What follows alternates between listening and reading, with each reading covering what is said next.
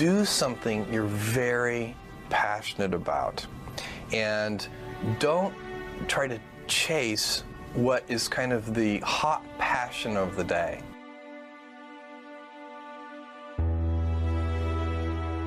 People say you have to have a lot of passion for what you're doing, and it's totally true. And the reason is because it's so hard that if you don't, any rational person would give up.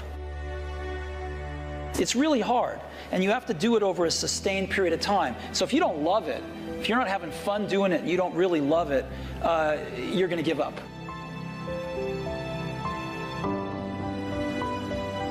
So just go and do it, try, learn from it. You'll fail at some things. That's a learning experience that you need so that you can take that on to the next experience. And don't let people who you may respect and who you believe know what they're talking about, don't let them tell you it can't be done. Because often they will tell you it can't be done, and it's just because they don't have the courage to try it.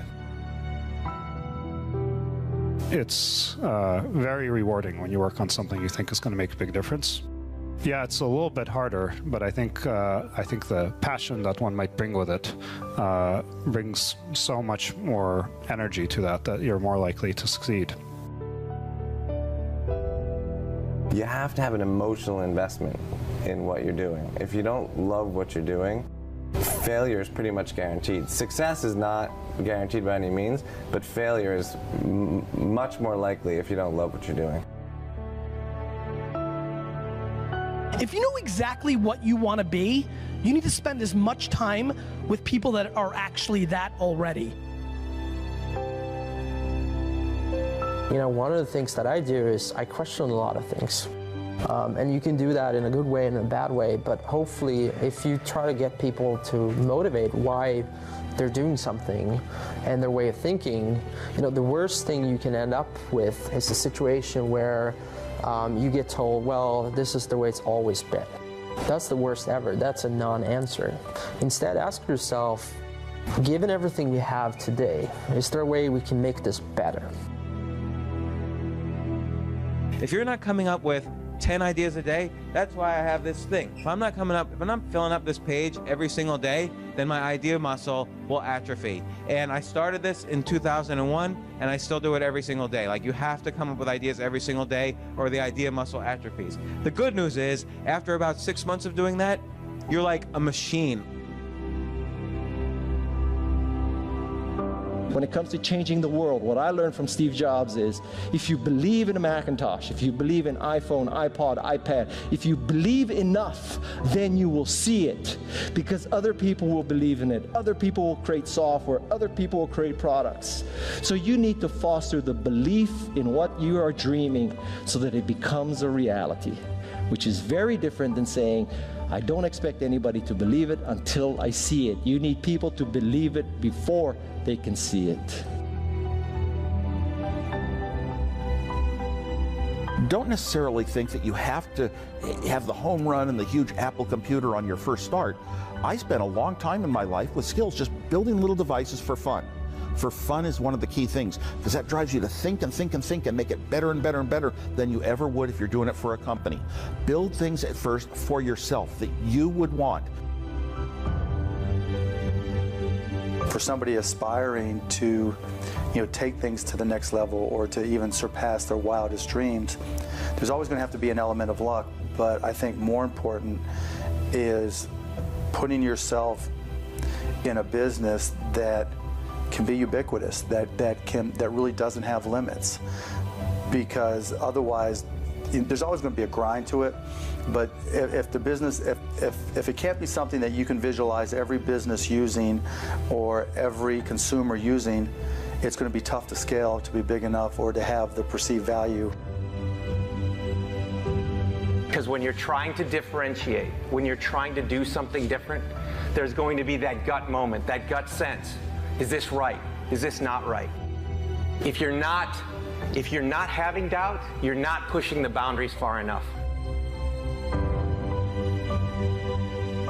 This little idea explains why some organizations and some leaders are able to inspire where others aren't. Let me define the terms really quickly.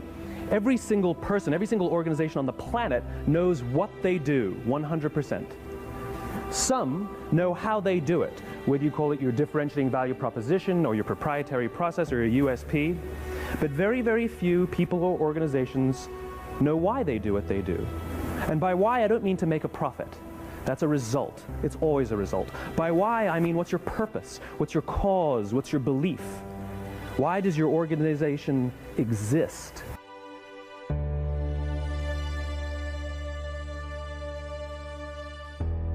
Don't think about how do I get big fast. That will happen if you actually build something super meaningful and super important. So don't think about, what is the quickest way to success? Think about what is the best way to building something important that the world really needs. I have to want this to exist in the world. I have to not, so it's a similar rule, just say, if this was successful and I had nothing and I was not involved and I got no money off it or would I want it to do well? And that's a great check, I think, to know if you really feel good about the idea and can be passionate about it. The hardest thing to do is start. You have all these ideas and everyone has an idea, but it's really about executing the idea and building the idea and attracting other people to help you work on the idea. That is the biggest challenge, but the way to begin is to get the idea out of your head, draw it out, talk about it, program it if you're a programmer, or make it if you're building something. You don't have to be the best, but you have to be dangerous, right? You have to learn just enough to be dangerous to build an idea, concept it, and show it to the world. And then it turns out there are lots of other people, including all 170 employees that work at Instagram, who are much better at doing all that stuff than I am. One way to conceptualize what makes a good product is, good engineering is part of it, good design is part of it, but really it's, one way I think about it is maximizing the probability that someone shows up at the front door of your store or your website or whatever it is and ends up with a solved problem. And oftentimes the best methodology is to start with the perfect experience with just one person, get that right, and then figure out how to scale something great instead of scaling something not so great and then trying to improve it. That's really hard to do. And so I think when you are starting a new business, you don't want to go after giant markets. You want to go after small markets, and you want to take over those markets quickly. And there are a lot of people from whom we can learn a lot. And I think the one piece of advice is don't underestimate anyone you come across ever. Right. Like whether they're, a blue collar worker waiting for the bus, or they're, helping you at they're the server or bartender at the restaurant, or they're a lower ranking employee. I mean, the smartest leaders I've ever seen have always gone around the room and asked for everybody's opinion. And so it's not just about doing focus groups, it's not just about double checking your vision, it really is about integrating this concept of testing our ideas rigorously throughout the product development process, throughout the marketing process, even as we scale up. But what you really need to do is think about what is the smallest possible test that I can run for this idea, for this concept, for this theory, get it out there, and get customers using it. Because your customers are going to be the ones to tell you if it's really working or not. What this all comes down to is doing something exceptional for your users, whether it's in community, whether it's in connection, or whether it's in design. This is our big advantage as a startup, is that we can actually get away with doing this. We can make this the core part of why we're doing business.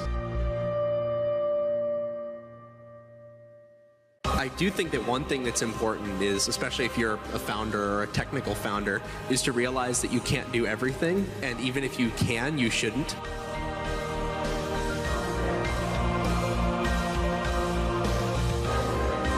So many things go wrong when you're starting a company, and often I think people ask, what mistakes should you avoid making? And my answer to that question is don't even bother trying to avoid mistakes, because you're going to make tons of mistakes, right? And the important thing is actually learning quickly from whatever mistakes you make and not giving up.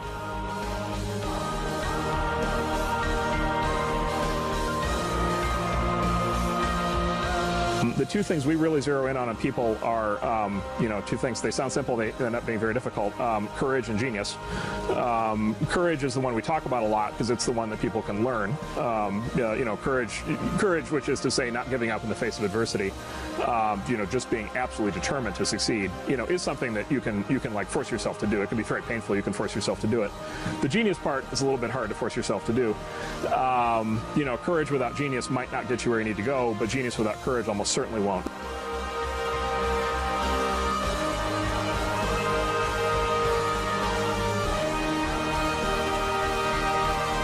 If you don't love it, you won't make it through the long period of pain that is inevitable.